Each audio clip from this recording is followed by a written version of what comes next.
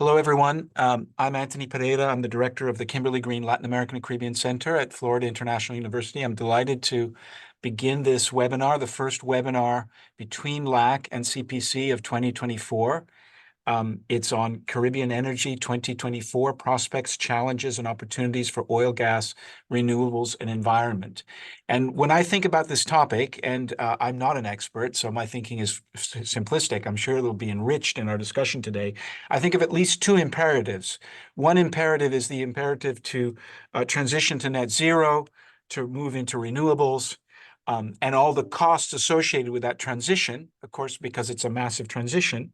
And the other one is the imperative of economic development and the distribution of the benefits of economic development, which it poses its own set of challenges, which sometimes converge and sometimes diverge from the imperatives of net zero. So I'm very happy that our presentation will be by Dr. Thakwe Dax-Driver. I'll introduce him in a second, but I wanted to turn things over to my partner, Dr. David Lewis, the CPC Vice President. I wanted to thank him. I wanted to thank all of the discussants today. Also, Claudia Batistel, the Program Manager for LACC, for helping put this together. So David, over to you. Thank you. Good morning, Tony, and good morning, friends and colleagues on the webinar today, and those watching us via the virtual world. First, most importantly, I wanted to thank the FIU LACC team, and especially Claudia Batistel, for doing all the coordination, for putting us all together as Tony and I brainstormed the past couple of months on the relaunch of our program series on Caribbean issues between Caribbean Policy Consortium and FIU Latin America Caribbean Center. And it's a real pleasure because this collaboration was actually the first institutional collaboration that the CPC launched back in 2020 when we formed.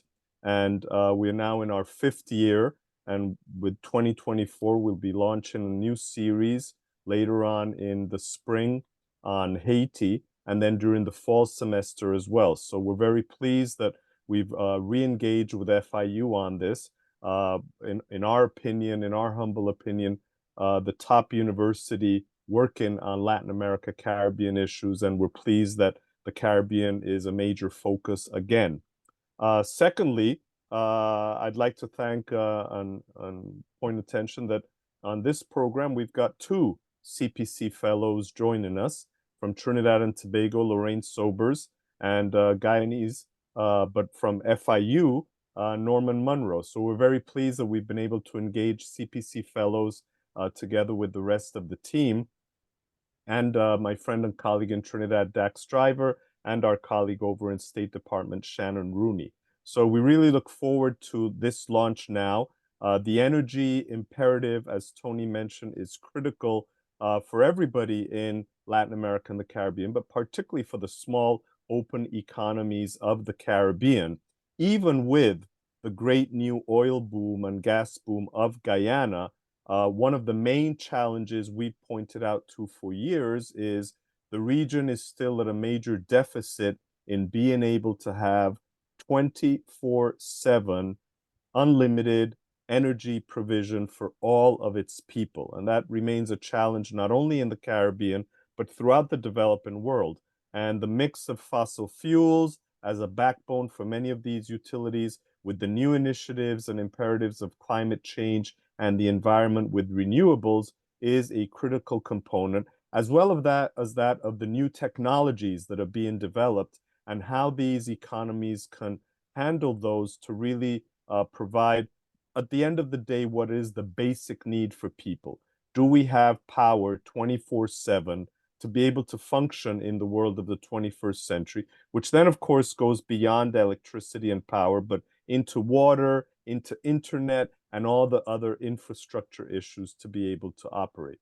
That still remains a challenge, and one of the issues is this whole mix of fossil fuels, renewables, and the environment, because at the end of the day, that is the main target that governments and private sector have, but it's also the main issue that the population has in terms of being able to determine, have you done a good job for us? So we look forward to this discussion today. I want to thank again Dax for leading us off with an excellent paper that I know will then be provided electronically and on the website by FIU. And again, Tony, to have faith in CPC and coming back to us again.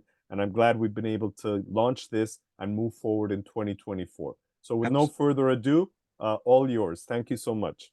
Absolutely, David. Thank you so much. Let me introduce our presenter, Dr. Thackeray Dax Driver. He's President and Chief Executive Officer of the Energy Chamber of Trinidad and Tobago. He's been the Chief Executive Officer since 2003. He's pioneered numerous new initiatives and activities for the Energy Chamber, including the Safe to Work program and the Learning Center. He was previously the chairman of the Economic Development Board and has been a board member of the Trinidad and Tobago Coalition of Services Industries, the University of Trinidad and Tobago, and TNT Natural Gas Liquids Limited. Prior to joining the Energy Chamber, he was the coordinator of Trinidad and Tobago's Agricultural Sector Reform Program, and he has a PhD in history from the University of London. I'm glad to hear that. I taught at King's College London for quite a long time, so it's good to have a fellow member of the University of London. So Dax, thank you to you for your presentation, and the floor is yours. Thank you very much. Yeah, I was at SOAS and Institute of Commonwealth Studies for many years. Good morning, everybody. I have been sort of given the task to give an overview of the Caribbean energy sector. I've got a few slides which I will share now. Hopefully this works.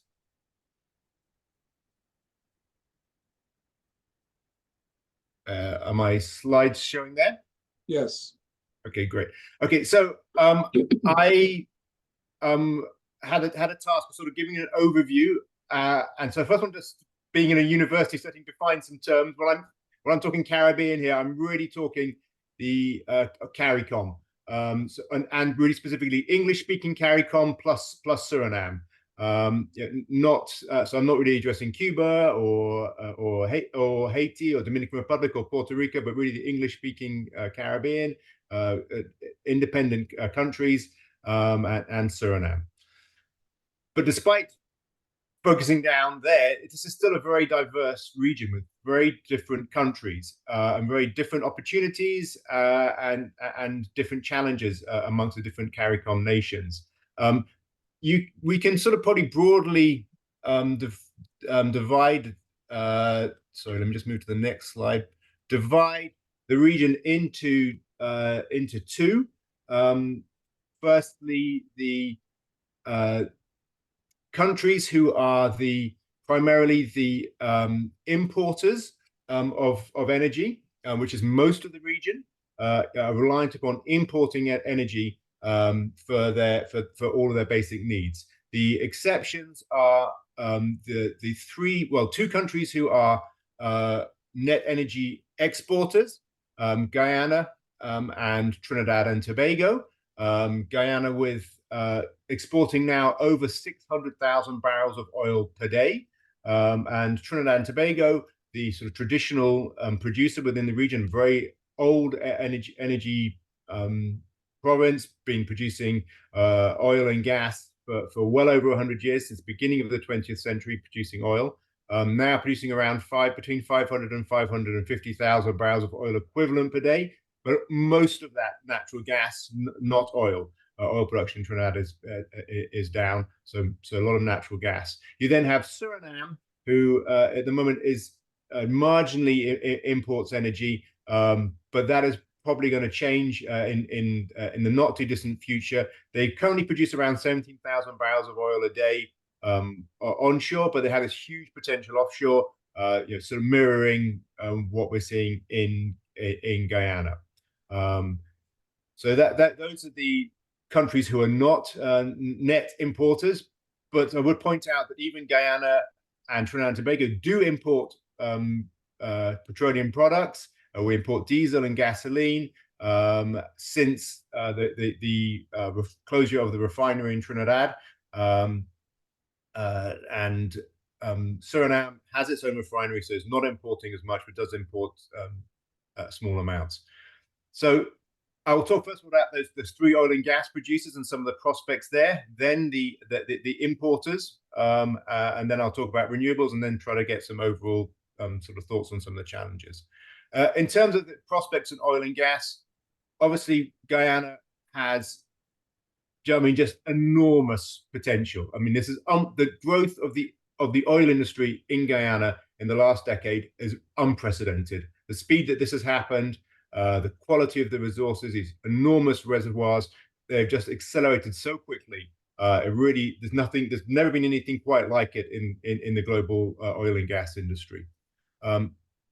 Obviously, that brings challenges. The challenges around the speed of that growth, the ability to manage that growth, all the traditional things that come with very, very, very quick economic growth, around things like inflation, the skills deficit, the need for immigration and how do you manage that, the infrastructural deficit and how do you keep pace with growth. I think probably in this context, probably particularly mentioning the challenge around electricity. As the economy grows, demand for electricity grows, and that becomes a big challenge. So those are the challenges it has, but there's just enormous potential. Suriname, likewise, has very large potential. Has not yet taken off. There should be final investment decision this year for a very large project managed by Total. And so how things look at the moment, you're looking sort of 2028. You may have some major oil developments happening in Suriname. Unlike Guyana, Suriname has a lot of gas in the reservoirs that they have. So this is going to be a challenge about how they manage that natural gas. In the Guyanese case, as they have been doing, is re-injecting the natural gas which is being produced along with the oil into the reservoirs. There's no real technical reason for them to have to export that natural gas to onshore, but obviously there's a big desire by Guyana to take the natural gas onshore. There's a project in progress in Guyana at the moment to bring that natural gas to shore to use firstly power generation. It's an obvious thing to do because they have this big demand for electricity in Guyana. So you have these two very exciting new prospects, huge growth potential in both of them. And then at the opposite end of the scale, Trinidad and Tobago, very mature province producing oil and natural gas. Our challenge in Trinidad and Tobago is that our production has been declining, oil production declining since the 1980s, gas production declining since around 2011, 2012. And that means we have a lot of, because we have a natural gas economy, we have this huge infrastructure for processing natural gas. So we have a lot of infrastructure in our gas processing industry, midstream and downstream, which is huge investments in that, and is not now full of natural gas. That creates a lot of opportunities that if you do find natural gas, you have a ready market for it. And there is a lot of exploration activity going on in Trinidad in the deeper waters to find new sources of natural gas within Trinidad and Tobago's economic zone to bring that gas to market. Obviously, huge demand around the world, particularly for our LNG in Europe. You see Europe sort of continuing to try to get secure supplies of LNG from other markets because of the necessity to replace Russian pipeline natural gas. So that's obviously a big opportunity area for Trinidad, which we have there. And then you have this interesting opportunity where Trinidad and Tobago, we are geographically right next to one of the world's major oil producers traditionally, but with massive natural gas reserves which have never been fully tapped in Venezuela. So there's this opportunity to bring natural gas from Venezuela to Trinidad for processing and selling into international markets. Traditionally, the Venezuelans were very keen on processing their own natural gas, but with more recently, they have expressed a strong interest in doing that through Trinidad. There's one active project in the Dragon gas field and in progress to try to export natural gas by pipeline from Venezuela to Trinidad. There are a lot of other prospects, cross-border fields, major one which is being developed on the Trinidad side at the moment, and a lot of natural gas fields elsewhere in Venezuela. And one very interesting possibility is there's huge volumes, billions of cubic feet of gas per day, which is currently flared on the oil fields onshore Venezuela. And obviously bringing that gas into a pipeline network and bring it to market has a huge climate benefit, and obviously economic benefit for Venezuela and Trinidad and Tobago. However, all of that is existing within the context of Venezuelan politics, US politics, US sanctions on Venezuela, and the challenge that creates. I'm not the person to talk about that, but perhaps it's something which we can get to in the discussion period. But it's obviously a very interesting economic opportunity. Trying to keep moving quickly here, just making now a point about the importers. So the region is very reliant upon importing, as you can see, fossil fuels for the use across both electricity generation and transport sector. So obviously transport, diesel and gasoline going to the transport sector, but then also diesel and fuel oil going into the electricity generation sector in the countries other than Trinidad and Tobago, where we're using natural gas from domestically produced, and Jamaica, which is using LNG imports. There's a project in Antigua to also import LNG. I'm not quite sure the current status of that project, but other than Trinidad and Jamaica, and potentially in the future Guyana, using natural gas, everywhere else is very reliant upon liquid fossil fuels, diesel and fuel oil for a lot of their power generation, in addition to their transport. There is some use of compressed natural gas in Trinidad, some use of LPG, LPG propane in transport in Jamaica, but on the whole, the region is very reliant on those transport fuels. EVs, electric vehicles, huge potential in the region. Small islands are absolutely perfect for electric vehicles.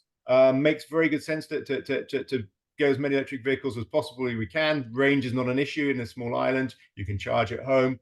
Barbados has been quite successful at getting electric vehicles in. It's coming in the rest of the region, but slowly. And the challenges there are the upfront capital costs of buying electric vehicle are higher than an internal combustion engine, even though the life cycle costs might be lower. I will switch quickly, just very conscious about time and not going on too long, to renewables. Sorry. Yeah. We see very ambitious targets for many countries across the Caribbean for renewable energy penetration. You have people targeting 100% renewables, as sort of some countries have that as their targets. But the reality at the moment is that renewable energy penetration in the electricity sector remains low. The exceptions being Belize and Suriname, and that is from traditional conventional hydroelectricity in both cases, and not from the intermittent renewables, solar and wind. Solar, you are seeing quite a lot of solar penetration in countries like Barbados in particular, Dominica, St. Kitts, that have projects, but these are still small percents of the overall energy use within the country. And we know the challenge on a small grid, and all the grids in the region are small and they're all isolated. They're not interlinked. Trinidad and Tobago is the biggest with about 2,000 megawatts installed capacity. But almost all the rest of the countries in the region, all the Eastern Caribbean, are 250 megawatts and smaller. So these are all small isolated grids. Very, very difficult to bring large percentages of intermittent renewables onto those small grids. So countries like Barbados are already facing that issue of the intermittent renewables coming onto the grid, and a challenge of that. It needs to be obviously backed. If you want to bring in lots of renewables, intermittent renewables, you have to have a modern grid with a lot of investment gone into the management of that electricity grid, and you need backup power sources from thermal sources, gas-fired or batteries. But that is obviously expensive for that investment. The other challenge, I think, with renewables is that the projects are all small. So typically the projects are sort of 30 megawatts and less for the projects which are going out to market. There are not many people globally who are looking to invest in such small projects. So getting the capital, even though there's a lot of capital which is interested in investing in renewables, the small projects make them uneconomic. and that is a major challenge for the region. If you want to get the economies of scale, you need bigger projects, but then there's small grids with small demand. So it's a sort of a real chicken and egg type sort of problem that the region faces when it comes to the deployment of renewable electricity, or the intermittent renewables. There's also challenges of land size. I mean, a lot of the islands are in the region, including in Trinidad, are small. So when you trying to implement solar projects, so rooftop solar can work, and that works well. But when you've got a limited land area, you have that challenge. Likewise with onshore wind, there's the challenge of a small land area. There is one source of renewable energy in the Eastern Caribbean, which I think holds huge potential, huge promise, which is geothermal. And the great thing, obviously, with geothermal is, unlike wind and solar, it is a base load and incredibly reliable source of electricity if you can make the economics work. Nowhere has really managed to make it work yet. Dominica looks like it's going to do so, and there's a very exciting project happening in Dominica being implemented at the moment. But there's a massive potential for geothermal in the region. I think the challenges are very high upfront capital costs. So it's a large investment cost in the geothermal. And that happening in the context of a small market makes the economics very challenging. So I think that is a real potential, but it has that big barrier. The obvious solution to that barrier is to integrate grids and find ways of creating additional demand for green electrons from the geothermal. There is a very, very interesting potential opportunity for that in Trinidad and Tobago, with the potential huge demand for green electrons to go to green hydrogen, to go into our existing ammonia industry and displace gray hydrogen from natural gas, which is what we're currently based upon. And that can create massive demand for green electrons, and that may be something which could unlock a geothermal project. A lot of people are working and looking at that, but it's sort of in the conceptual stage still at the moment. But I think that is a hugely interesting area. I will just move to say one of the other major challenges for the region is price. Electricity across the Caribbean, with the exception of Trinidad and Tobago and Suriname, where electricity is very, very cheap. For the rest of the region, electricity is very expensive.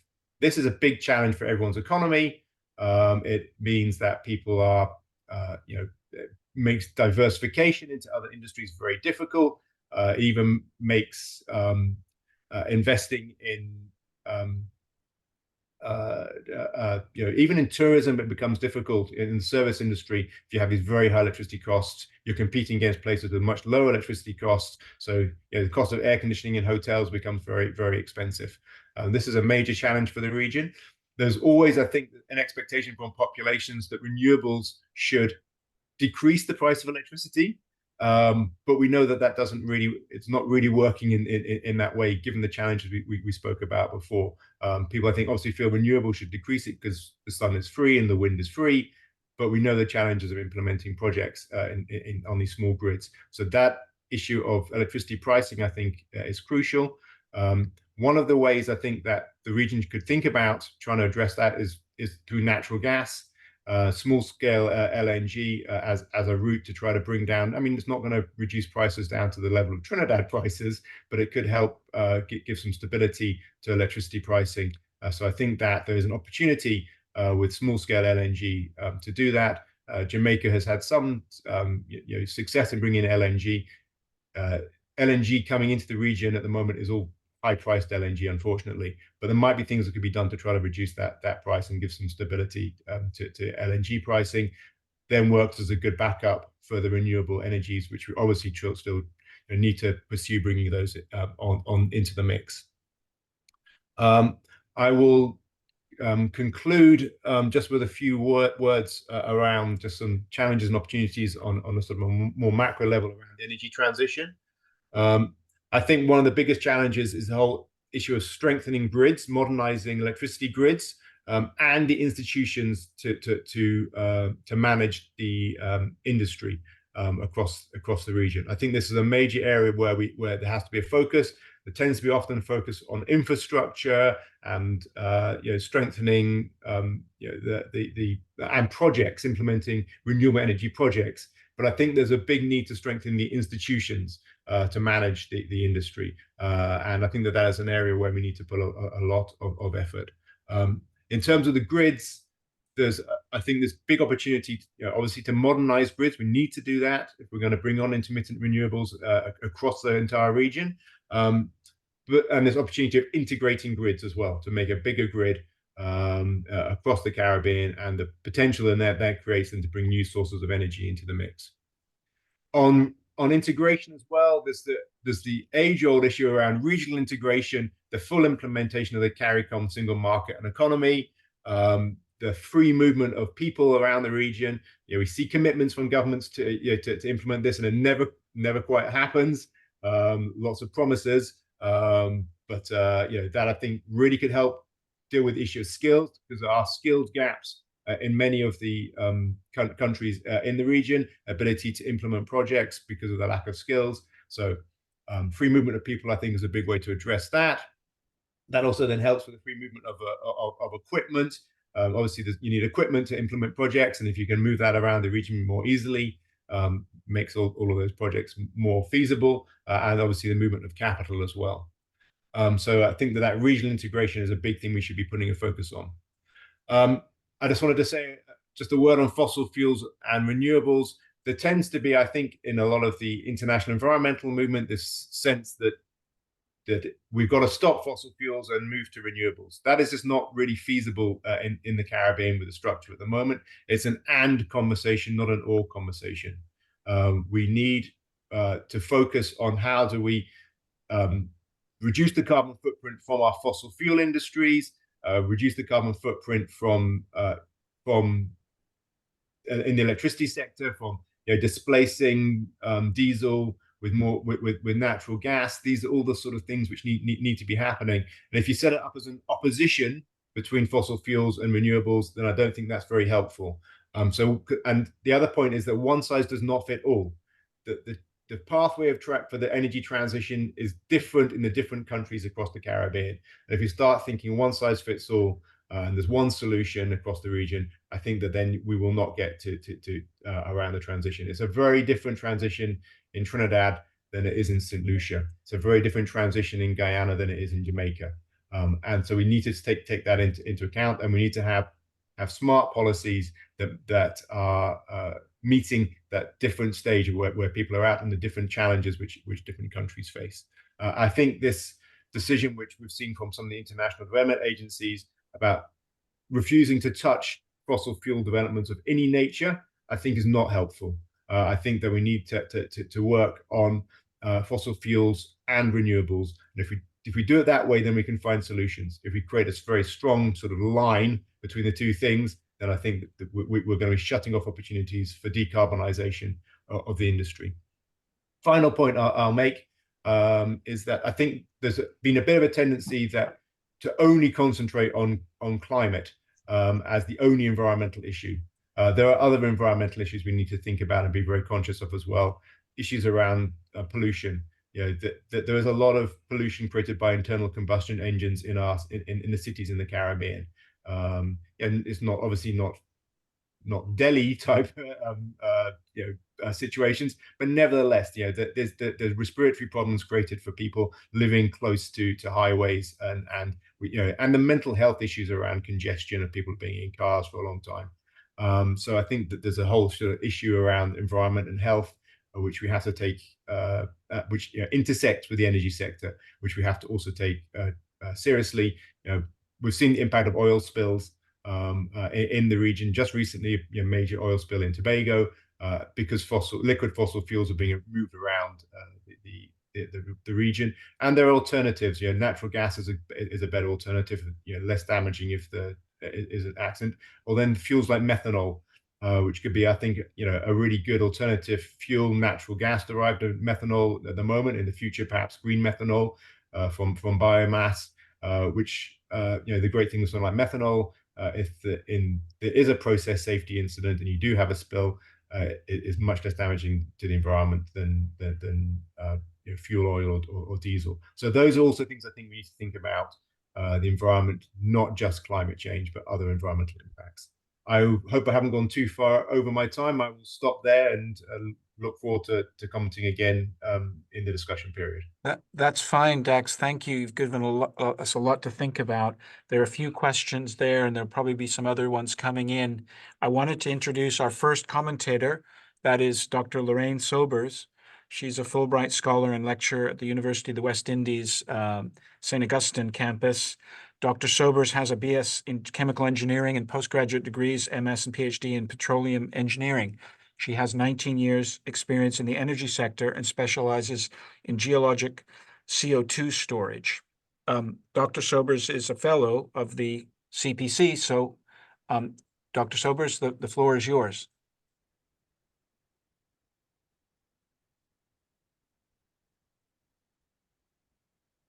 You're muted, Lorraine. Thank you. Happy to be here. If I do disappear, it's because I have some problems with my laptop, but I'll sign in otherwise.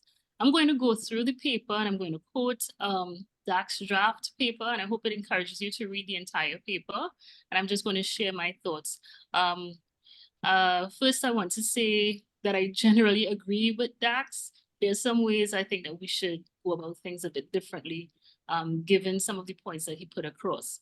And one of the first points, and he made it his last point also, one of his last points, is that we are diverse in the Caribbean. We have diverse needs. We have diverse geography.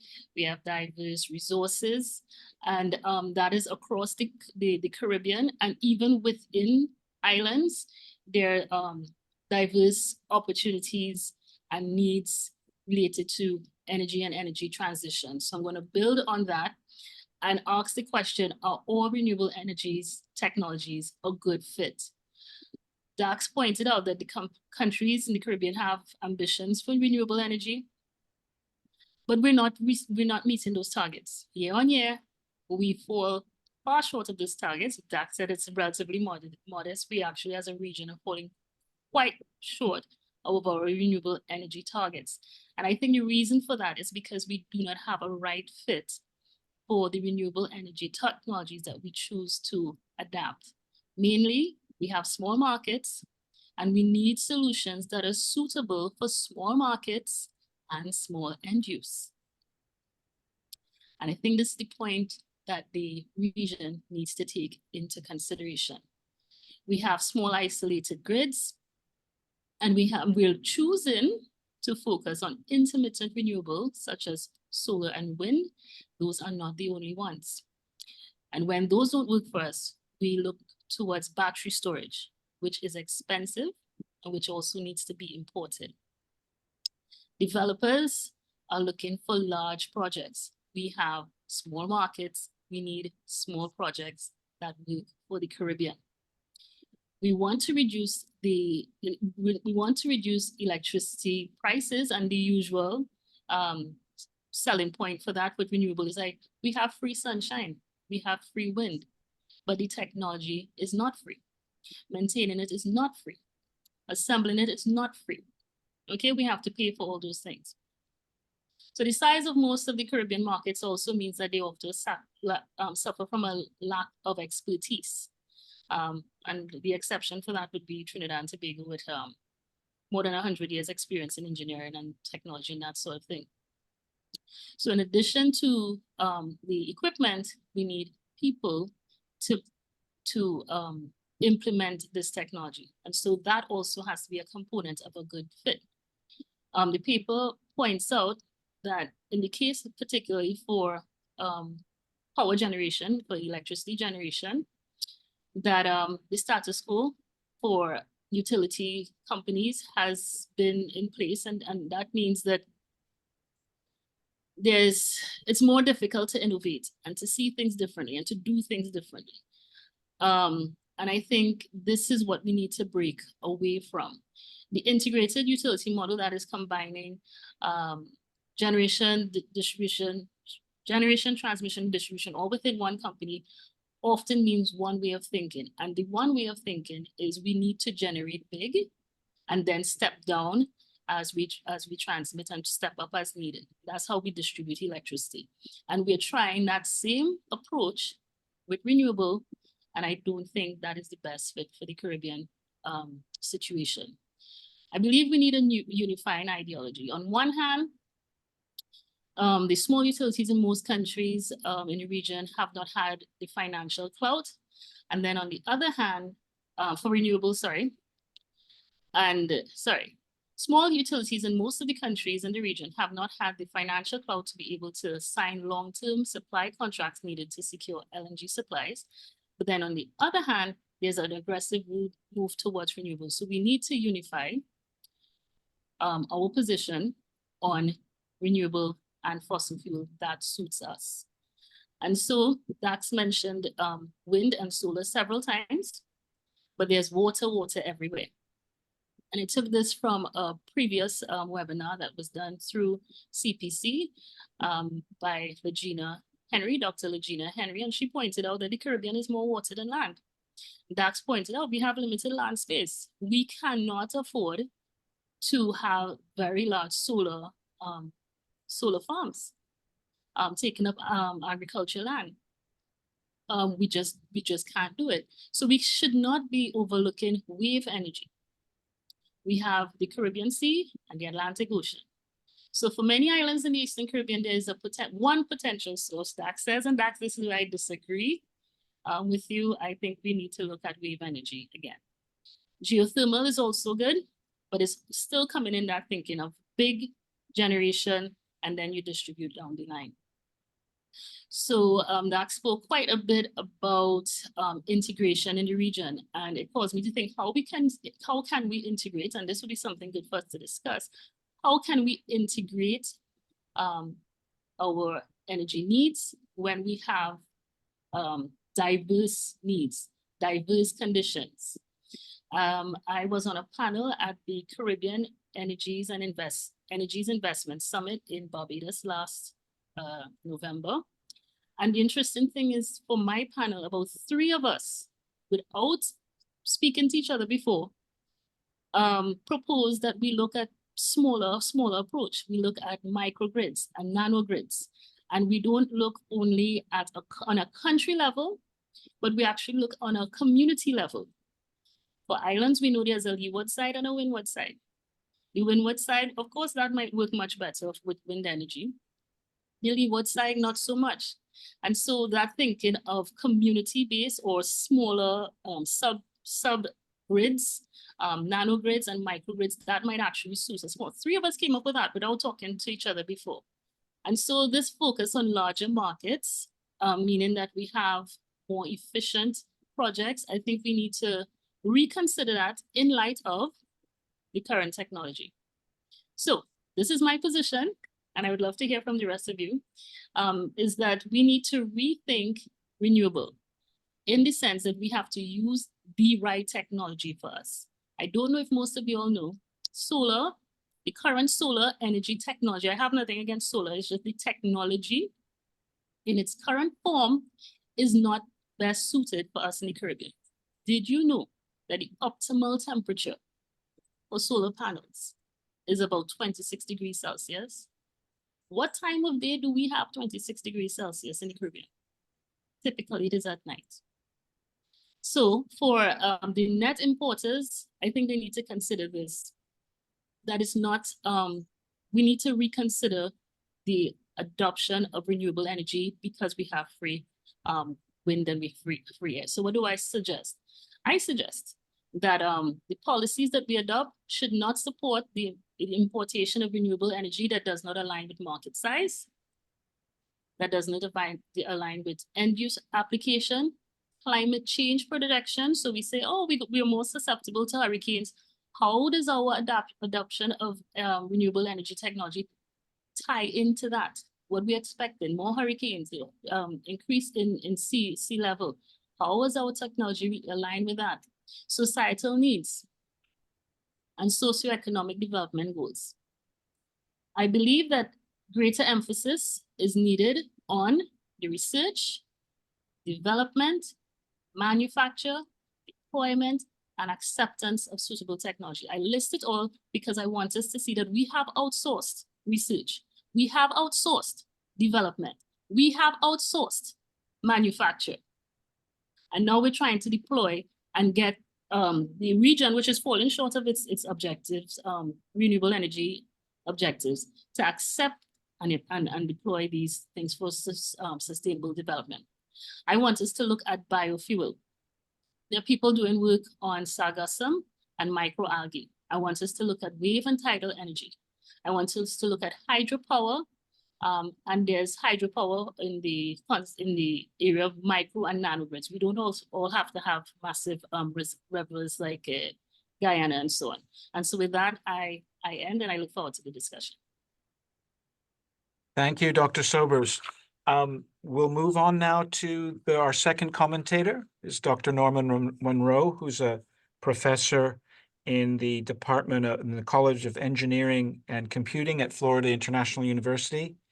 He's a Fulbright scholar and has a BSc in Chemistry and Physics from Dar es Salaam, an MPhil in Mineral Processing Engineering from Leeds University in the UK, and an MS in Metallurgical Engineering at University of British Columbia, Canada, and an engineering degree in chemical metallurgy from Columbia University in New York. His research is on focus on the design and deployment of renewable energy systems, mining and extractive metallurgical systems, corrosion, and biomedical devices that have resulted in U.S. patents. So Norman will complement what Dr. Sobers talked about in terms of alternatives, different ways of thinking about approaching the energy conundrum in the Caribbean.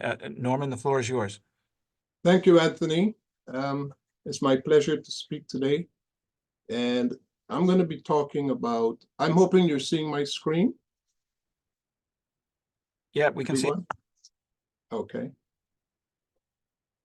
My outline today will follow an introduction, the current energy models in the Caribbean, the sustainable growth and challenges, the role of key stakeholders, the need for regional collaboration and opportunities, and then I will conclude my remarks. Fossil fuels and the climate pledge. So we know that there's a global commitment to net zero carbon by 2050, which means that universally, most countries should have access to energy by 2030. And this, of course, will translate into improved air quality. And there's a 50% chance of restricting the global warming to 1.5 degrees Celsius.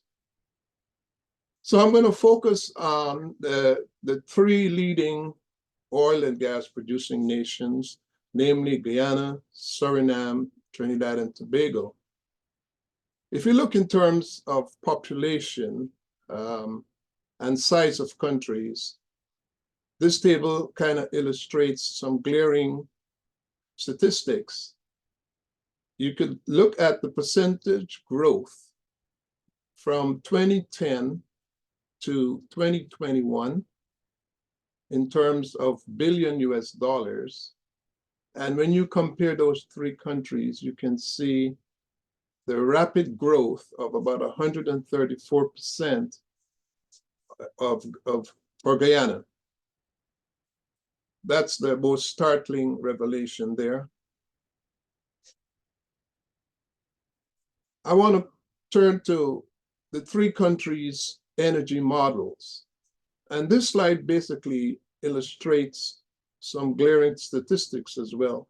When you look at Guyana's heavy dependence on heavy oil, you see it's about 92% for oil and diesel.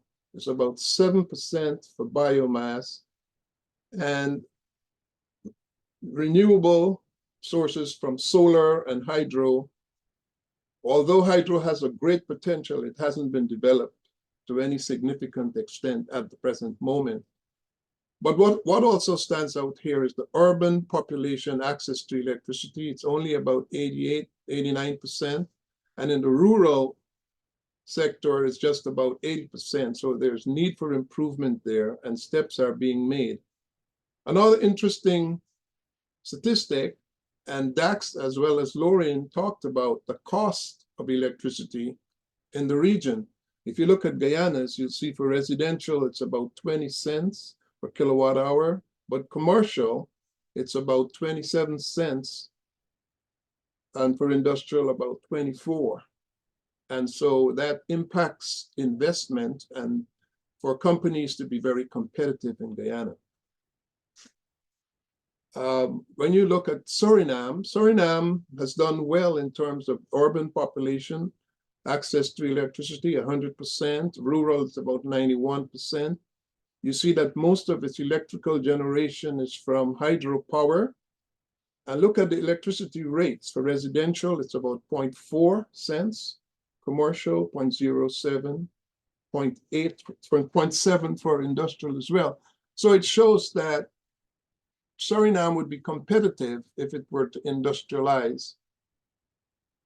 Same with Trinidad and Tobago. You have 100% of the urban population with access to electricity as well as rural. It's amazing. And you see that its energy is primarily from natural gas. But when you look at the electricity rates as well, it's very low. And so it can be very competitive again in terms of industrialization and manufacturing. When we look at reserves for those three countries, Guyana stands out with about 11 billion oil equivalent barrels of established reserves, whereas Trinidad stands out in terms of natural gas, in terms of established reserves, which is about 10 trillion cubic feet, with about 55.2 in terms of prospective reserves. It's currently producing about 2.8 billion cubic feet per day. In terms of oil production, Guyana currently produces about 645,000 barrels per day, but is projected to move to about 1.3 million barrels per day by 2027. And of course, there's lower oil production in Suriname, which is more land-based, but the offshore prospects seem very promising as well. Trinidad and Tobago, of course, has shown some decline in its oil production, but steps are ramping up for the gas exploration, as Dax and Lorraine mentioned, from deep water sources. I want to talk a little bit about installed renewable energy in the Southern Caribbean. In terms of solar, and Lorraine spoke significantly about solar and the disadvantages of small grids and small production. But within Guyana, Suriname, and Trinidad and Tobago, you could see that provision is very limited. Hydropower, Guyana has great potential. Suriname has taken advantage of it, and I'm sure micro hydro systems, as Lorraine mentioned, in Trinidad and Tobago might be promising. Biomass, Guyana leads the way in terms of about 50.6 megawatts, and Suriname has that potential as well. Wind, Guyana has potential, and there's some plans afoot. Suriname has great potential of going as high as 1,000 megawatts, and Trinidad is also contemplating the provision. In terms of sustainable growth in this region, we find that we have the Caribbean Community Climate Change Center, which offers policy advice to members of the Caribbean for CARICOM. And the Climate Governance Initiative offers legal and political guidance for the Caribbean and the Caribbean Initiative strategy. The European Union and the US is providing funding for climate change adaptation methods.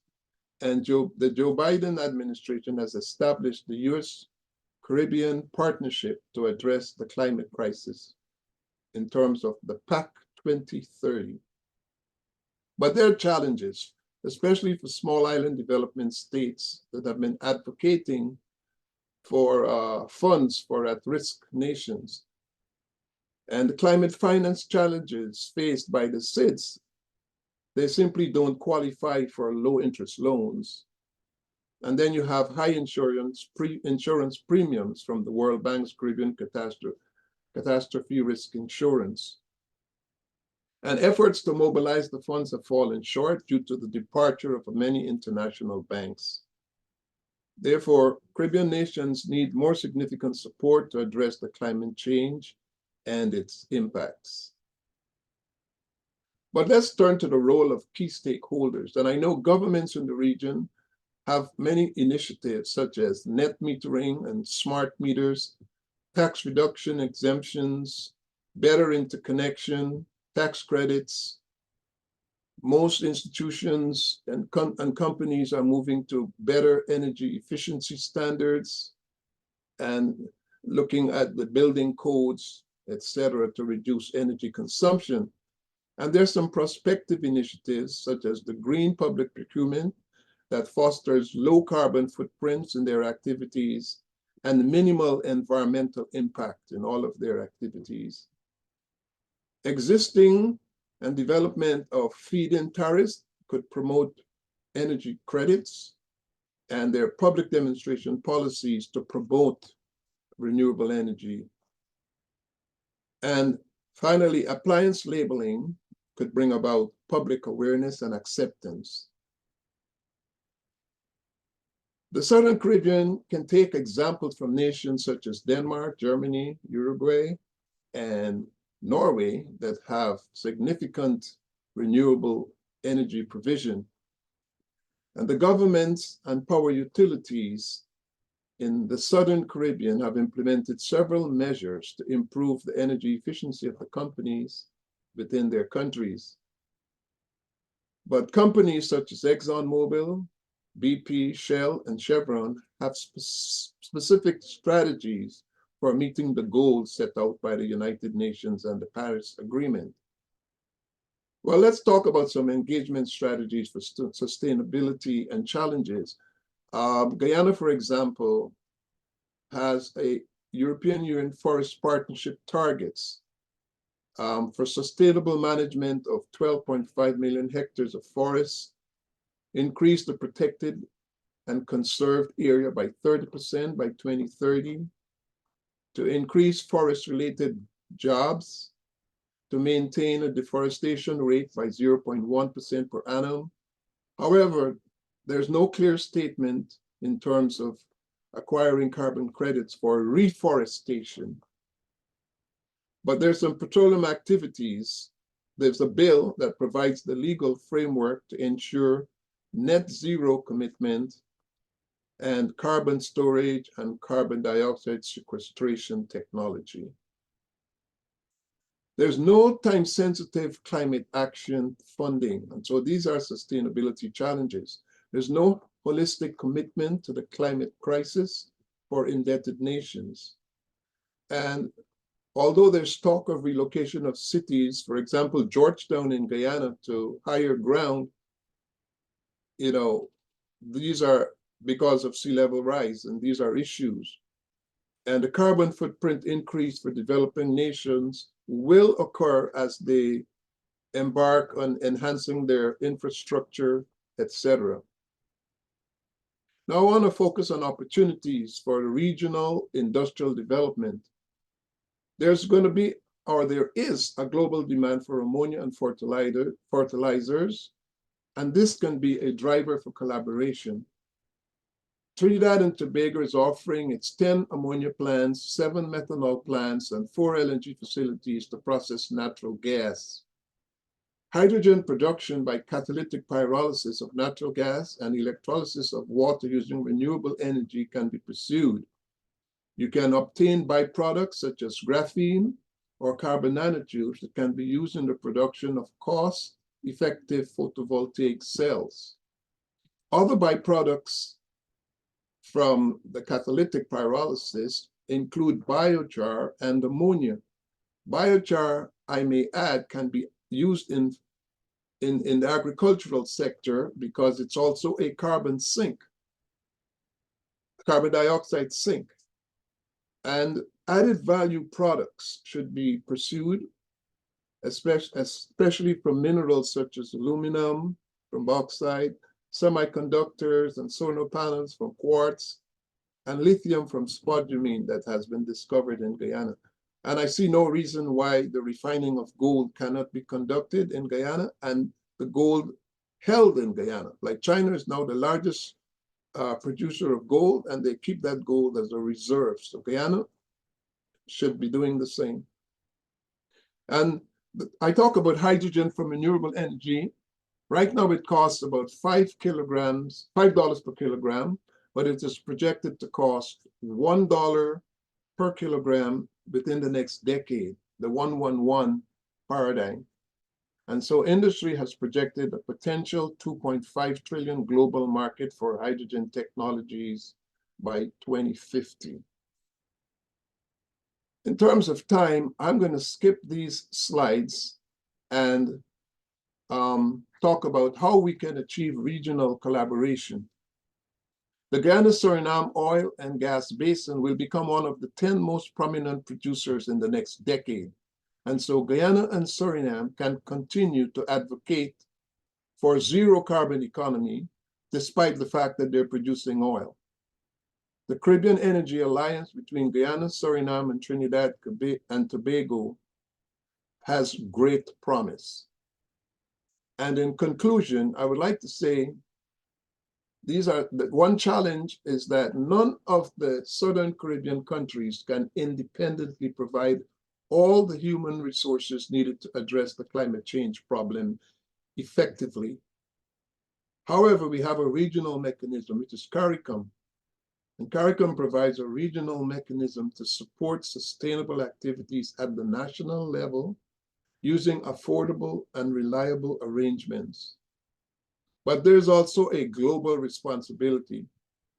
Developed nations and multinational corporations are urged to share the burden and compensate adversely affected countries.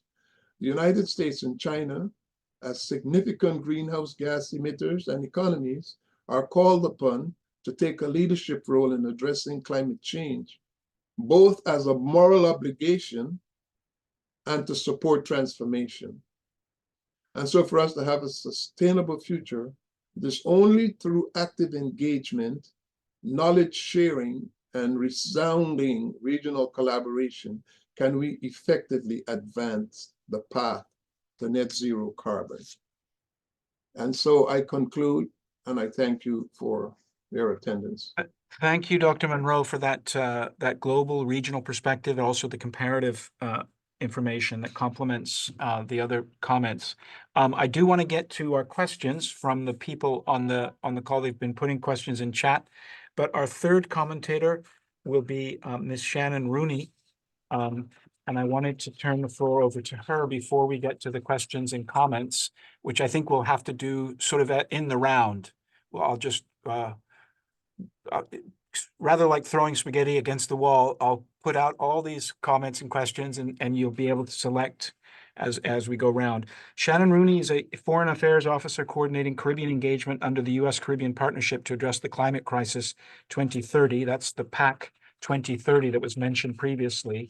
Ms. Rooney works in the Office of Caribbean Affairs and previously served as the desk officer for the Dominican Republic and the Dutch Caribbean, and as an economic officer covering trade and environmental issues at U.S. Embassy Santo Domingo.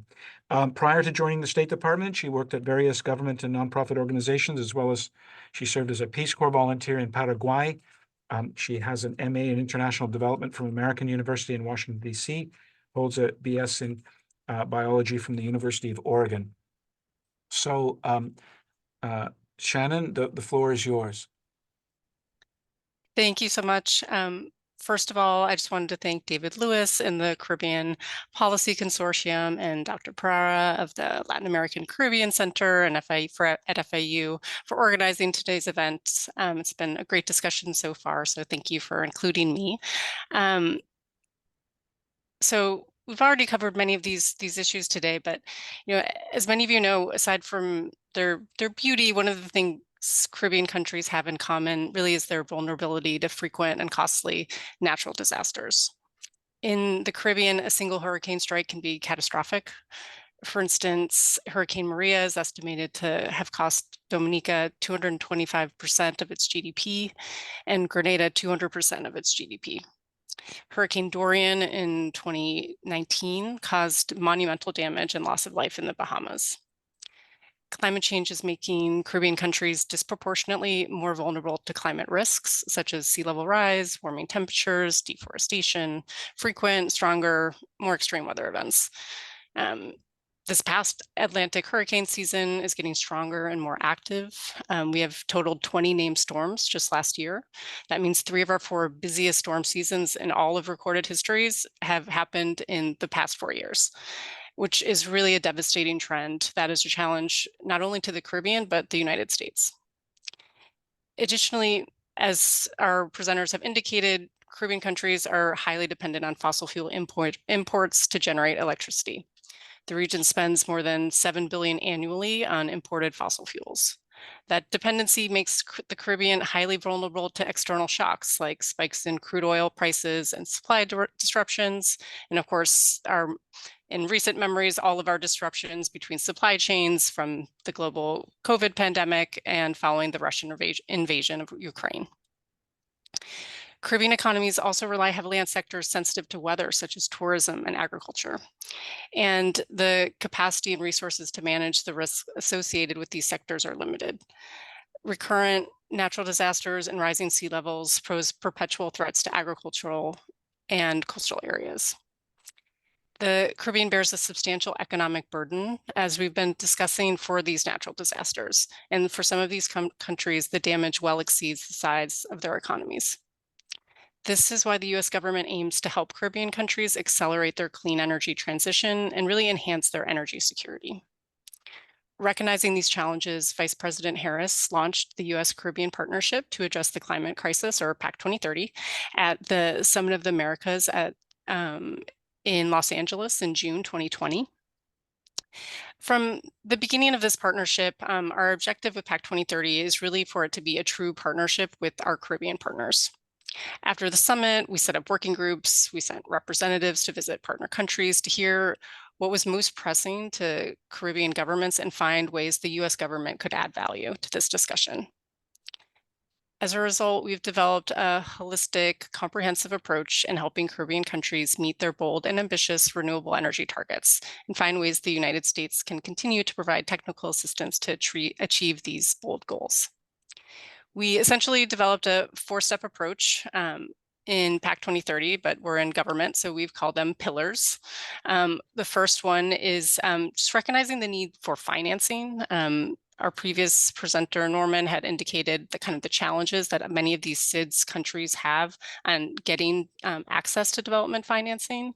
So we've been working with our Treasury Department and the multi-development banks to find ways to expand this access to financing. We've also seen that there are gaps in critical times during the project development cycle, and we're working to find ways to fill those gaps by providing on-demand technical assistance to take a project from idea to completion. Second, we need to build larger and more competitive pipelines of clean energy projects and infrastructure and climate adaptation. These includes having a favorable regulatory environment to attract investment that is really needed in the Caribbean to move these clean energy projects forward. Next, we also need to factor in the current impacts of climate change in our work, both in terms of the project pipeline and on the ground in the Caribbean today. Because climate change is happening and we need to start building resilience and adaptation in the region now. So this also includes food security, which we've heard from our Caribbean partners is one of the things that they would really like the US to focus on in our engagement. Just because of the link it poses in climate change, but also just the threats in the Caribbean around food security. So essentially, we need to plan and adapt to the unique needs of the Caribbean to address the realities of climate change, not only by making progress to meet renewable energy targets, but also to reduce vulnerability to climate change impacts through climate smart agricultural practices, to address changing conditions for farmers, to enhance climate information and early warning systems to protect communities and livelihoods so that we can better prepare, respond, and recover when a disaster event occurs. Lastly, the US government continues to have focused engagement on climate and the clean energy transition with our Caribbean partners. Vice President Harris had a historic visit to the Caribbean last year, and Secretary Blinken also traveled to Trinidad and Tobago and Guyana last year, which are some of our high-level highlights. These discussions really do help work and kind of move the needle to advance our discussions and how we can work together under this initiative to improve access to development financing by unlocking new financing mechanisms to support climate and clean energy infrastructure and development. But as I'm sure we all know, governments cannot fight the climate crisis alone. So we're really happy to, work with multilateral institutions to strengthen the dialogue and really the partnership between the public and private sectors. And it's really important to have these discussions with NGOs and CPC and universities today so that we can really find solutions to the very specific needs that are necessary to make this transition in the Caribbean. So just wanted to thank everyone for their time, and I'll just end it there and look forward to the discussion that follows. Thanks. Thank you, Shannon. So I'm going to read the comments and the questions that we've received, and I'm going to turn it back to all of you. We'll go in the same order that we did for the presentation and then the comments. And so if each of the panelists also could think of the kind of a closing statement or a closing thought that is your most important observation in terms of the discussion we've had. So the first question comes from Vishal Persod. He asks, what are some of the challenges in terms of accountability and sustainable development for Guyana and Suriname as they move toward an oil and gas economy? Ralph Burkhoff has a couple of comments. One is that he's curious that DAX feels there's a challenge to raising capital for geothermal. He mentions raising 67 million for the Nevis 10 megawatt project. He seems to think that that's overstated, the difficulty of raising capital for geothermal. He also talks about microgrids being the answer in Barbados, but the legislation doesn't exist, so it's a policy issue. So he asks, how can we accelerate policy development to integrate renewable energy solutions? And I guess I wanted to piggyback on that one and ask Dr. Sobers about the micro and nano grids. I wonder if there's an example of that being done that can sort of make that possibility more concrete. If there's something already going on in that area or if that's merely potential. So Dax, I want to turn it over to you. I have to be very authoritarian in terms of time here. I can only grant you 3 or 4 minutes or so, and then we need to move on to the others. But and I'm sorry to throw this all at you at once, but those were what was posted in the chat. Okay, sure. So if I can take them, so the first one on accountability, sustainable development in Guyana and Suriname. I think that there are always the typical things which you need. Democracy is important, and thankfully this is a region where we have democratic institutions, rule of law. Those are really important things which we have to maintain and keep. And so that's the sort of the basic answer which I have on that one. There's one specific thing I'd give on the sustainable development side, and I think that it's a problem which Guyana is facing right now, and Suriname will face if its economy also grows so quickly, and that is the challenge of electricity. When you are at the stage of development of a country like Guyana or Suriname, really anywhere in the Caribbean, when your economy grows fast, it's a one-to-one relationship between electricity demand and economic growth.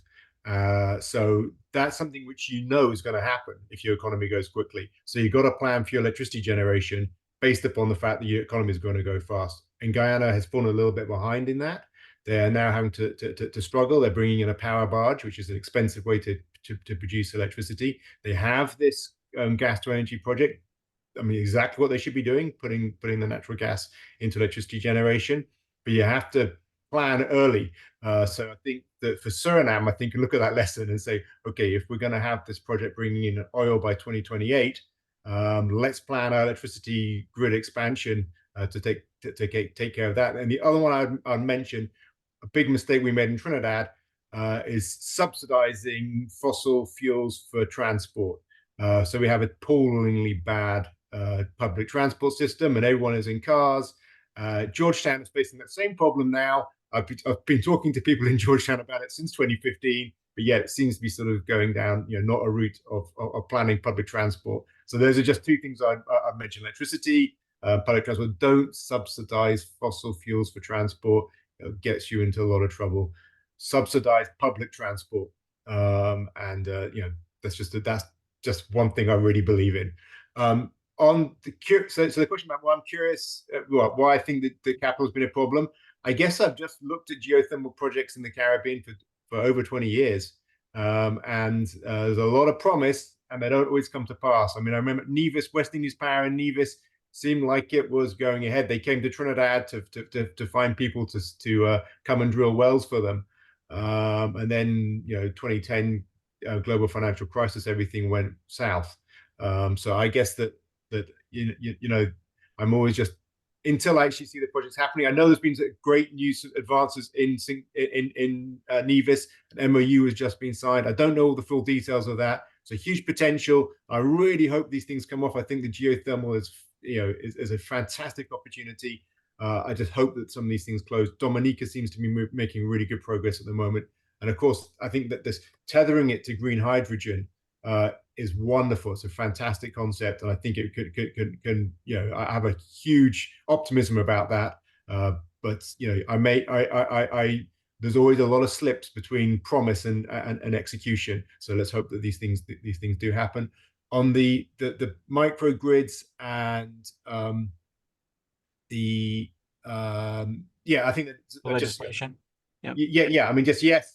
It's about a policy issue, which is why I think the institutional strengthening of the regulatory agencies and the policy making bodies within these economies is important if we're going to get progress. So I'd leave it as that.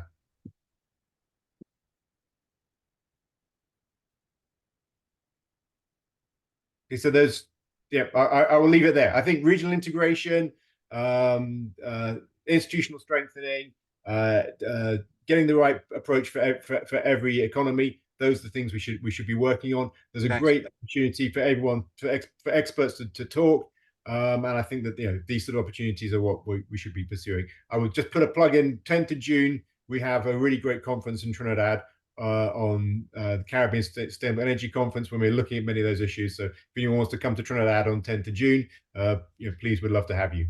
It's a very tempting invitation, very nice invitation. Thank you, Dax. Dr. Sobers, I'm going to have to limit you, just to get everyone in, I'm going to have to limit you to about 3 minutes here. There was another question on the funding mechanisms that can be adopted to both foreign and domestic investment into renewable energy. But you can be selective in terms of what you respond to, in terms of what we mentioned there. But the floor is yours.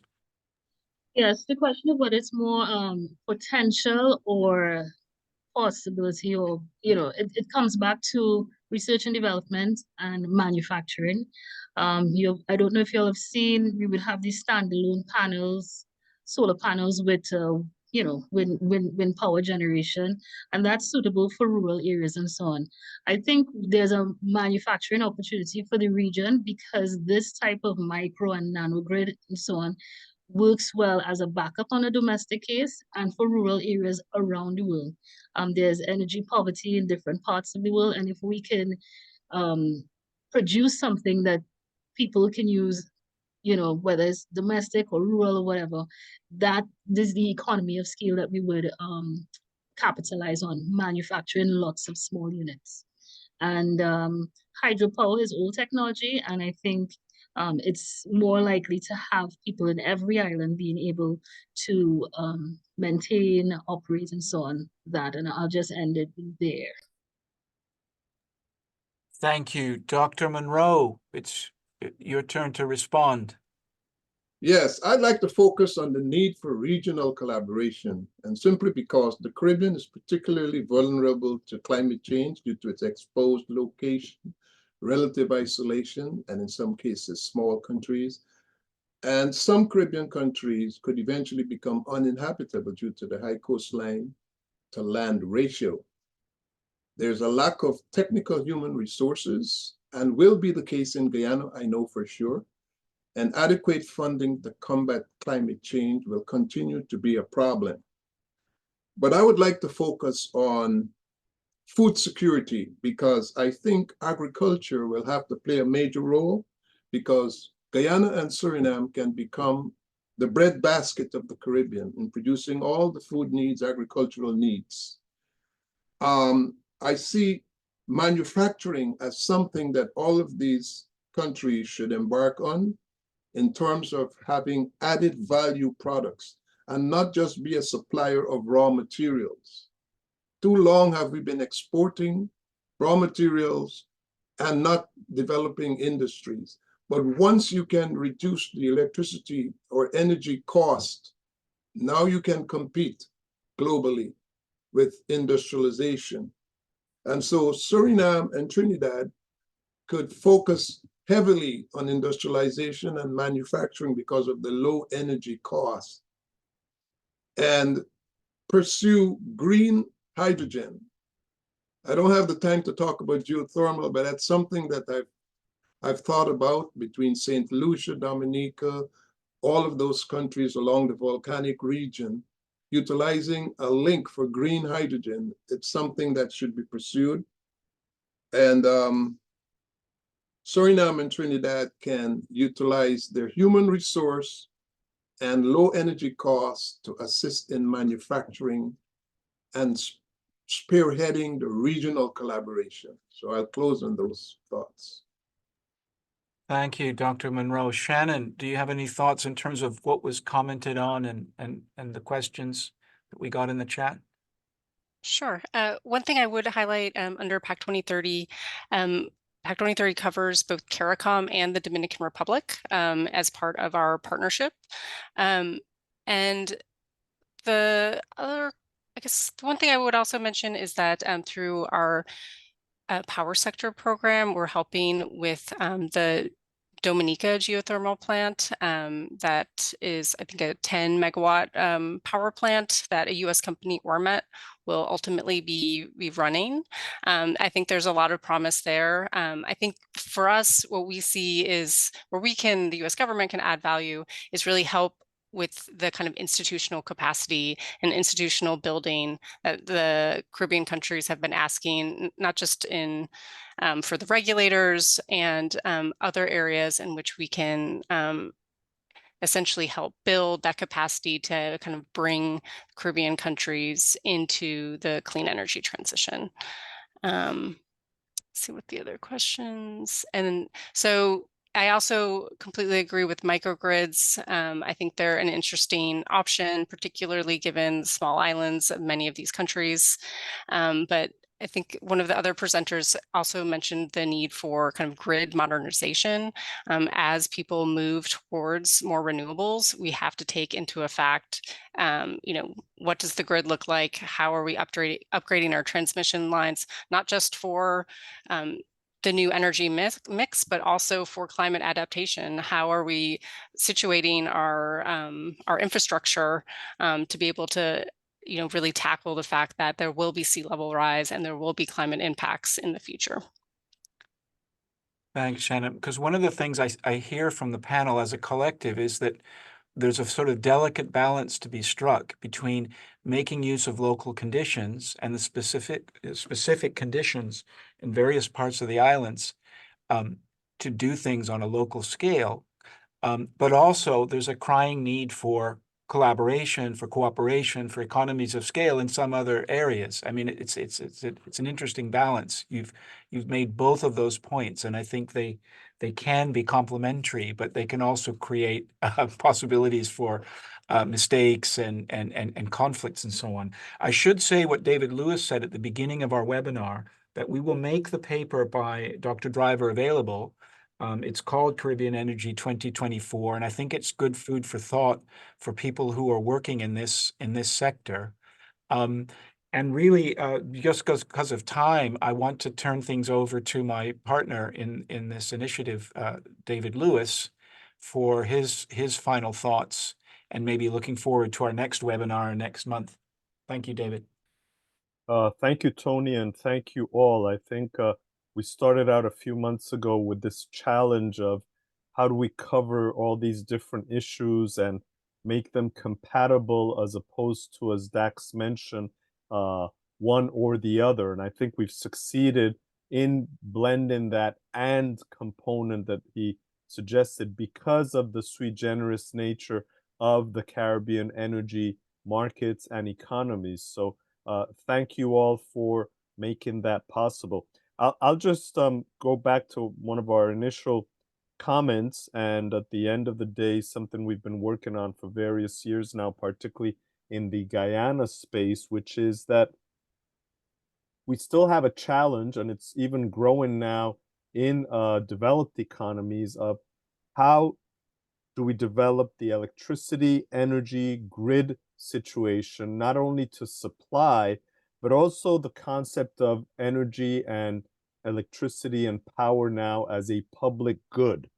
And I'm very careful when I mention that. I'm not meaning that it be subsidized, that it be free, or anything like that. But we now have major global corporations realizing that, just as we had in the previous century a debate on access to water and the importance of water as a public good, I believe we need to really get there now in terms of energy, and access to electricity is a public good.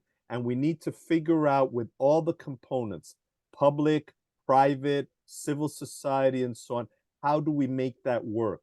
And the beauty of the Caribbean, as all of them have mentioned, is the small size makes it possible that we should be able to use the different elements, the different resources, the different technologies, as Lorraine pointed out, to make it fit for the different markets.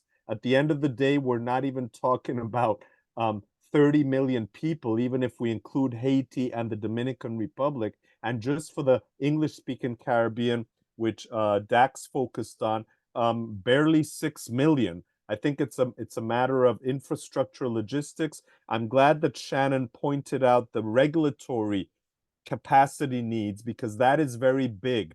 We still have umpteen utilities in the region not integrated in their regulatory focus, and that is a challenge that companies face when they say, oh, let me see if I can replicate what I did successfully, say, in Trinidad, and move it over now to St. Lucia. The regulatory environment is completely different. In another space, that is a mess also in telecommunications. We have about 8 telecommunications regulatory environments in the Caribbean, and still for something that should be one seamless wireless market. So I'll go back to that. And we look forward to continuing this discussion and to being able to share this material with our viewers and the audience and build on it from there. So again, thank you very much, Tony, and the speakers for that support. Thank you, David, and thank you to our presenter and our commentators. We hope we can carry on this discussion, maybe in Trinidad Tobago in June. That would be very nice.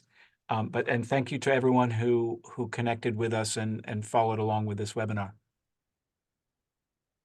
Thank you. Yeah. Wonderful. Thank you all very much. Have a good afternoon. Thank you Bye. all. Bye. Bye. Bye.